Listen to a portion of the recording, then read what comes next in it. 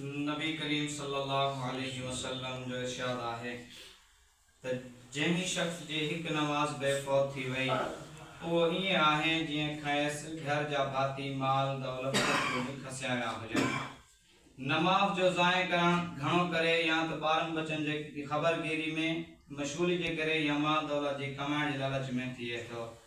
हुज़ूर सल्लल्लाहु अलैहि वसल्लम जन जो इरशाद आहे त नमाज़ जो ज़ाय करण जे नतीजे जे लिहाज़ खां ही आहे जीअं कंहिं जा ॿार बच्चा ऐं माल दौलत सभु खसिया विया हुजनि ऐं पाण अकेलो रहिजी वियो हुजे। यानी जेतिरो नुक़सान ऐं खसारो इन हालत में आहे एतिरो ई नमाज़ जे छॾण में आहे। नबी सल्लल्लाहु अलैहि वसल्लम जो इरशाद आहे त जेको शख़्स ॿिनि नमाज़ुनि खे बिना कंहिं उज़ुर जे हिक ई वक़्त में पढ़े थो त उहो कबीरा गुनाहनि जे दरवाज़नि मां हिकु दरवाज़े ते पहुची वियो। हिकु दफ़े हुज़ूर सल्लल्लाहु अलैहि वसल्लम जन नमाज़ जो ज़िक्र फरमायो ऐं हीउ इरशाद फरमायो त जेको शख़्स नमाज़ जो इहतमाम करे थो त नमाज़ उन जे लाइ क़यामत जे ॾींहुं नूर हूंदी ऐं हिसाब पेश थियण वारो हुज्जत थींदी ऐं निजात जो सबबु बणिजंदी। ऐं जेको शख़्स नमाज़ जो इहतमाम नथो करे त उन जे लाइ क़यामत जे ॾींहुं न नूर हूंदो ऐं न वटसि का हुज्जत हूंदी ऐं न निजात जो को ज़रियो। उन जो हशर फिरौन हामान ऐं अबी बिन खल्फ सां गॾु थींदो।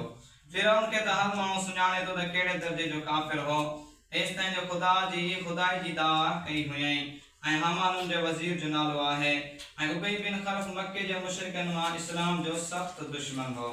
हिजरत खां पहिरीं नबी करीम सल्लल्लाहु अलैहि वसल्लम खे चवंदो हो त मूं हिकु घोड़ो पालियो आहे ऐं उनखे घणो कुझु खारायां थो, उन ते सवार थी नाउज़ बिल्लाह तोखे क़त्ल कंदुसि। हुज़ूर सल्लल्लाहु अलैहि वसल्लम हिकु दफ़े खेसि फरमायो त इंशाअल्लाह मां ई तोखे क़त्ल कंदुसि। उहद जी लड़ाई में हो त हुज़ूर सल्लल्लाहु अलैहि वसल्लम खे ॻोल्हींदो रहियो ऐं चवंदो पियो त जेकॾहिं अॼु हू बची वियो त मुंहिंजी ख़ैर नाहे।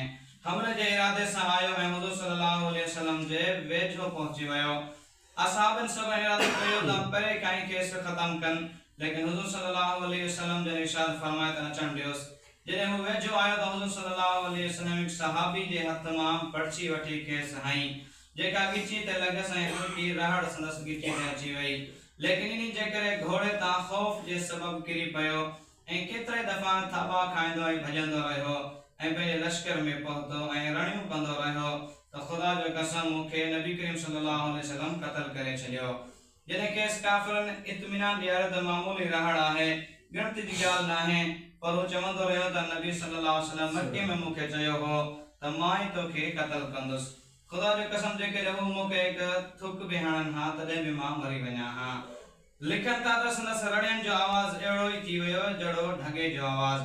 अबू सुफियान जेको उन जंग में वॾी ताक़त में हो खेसि शर्माए तां हिन थोरे ज़ख़्म जे करे अहिड़ियूं रड़ूं दाहूं पियो करीं।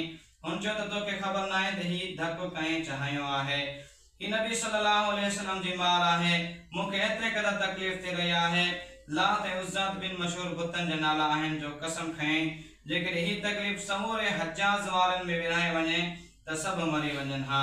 नबी करीम सल्लल्लाहु अलैहि वसल्लम मूंखे मके में चयो हो त मां तोखे क़त्ल कंदुसि। मूं उन वक़्तु ई सम्झी वियो हुउसि त मां ज़रूरु संदसि हथां मारियो वेंदुसि ऐं मां खेसि बची न सघंदुसि। जेकॾहिं हू इन चवण खां पोइ मूं ते हिकु पंहिंजी थुक मुबारक पियो छॾनि हा तॾहिं बि मां उन सां मरी वञा हा। अहिड़ी तरह मके मुकरमा में पहुचण खां हिकु ॾींहुं पहिरियां ई रस्ते में ई मरी वियो।